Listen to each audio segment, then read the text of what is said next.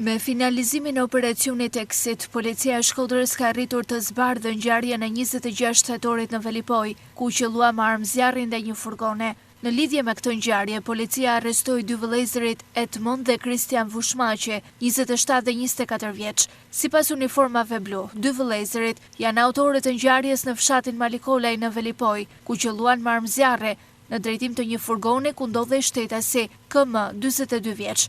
Dy vëllezërit u kapën mëngjesin e së premtes në fshatin Grish, Malësi e Madhe, në banesën e një të afërmit të tyre. Ngjarja në bazë të hetimeve policore ka ndodhur për motive të dobta, pasi edhe më herët mes tyre palët kishin patur konflikte. Gjithçka dyshohet të ketë ndodhur pas një grindje që palët kanë patur për një femër dhe mbrëmjen e 26 tetorit. Kanto Vushmaqi me dy djemtë e tij, tashmë të arrestuar, i zun prit furgonet pranë gurores së Malkolaj, duke qelluar disa herë në drejtim të tij me breshëri automatiko.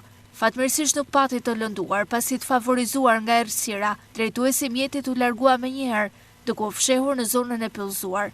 Materialet në ngarkim të këtyre shtetasve ju referuan prokurorisë rrethit gjyqësor Shkodër për veprën penale, vrasje në rrethana cilësuese ndaj 2 ose më shumë personave, e mbetur në tentativë e kryer në bashkëpunim dhe prodhim dhe mbajtje pa leje e armëve dhe municioneve luftarake dhe armëve të gjahut.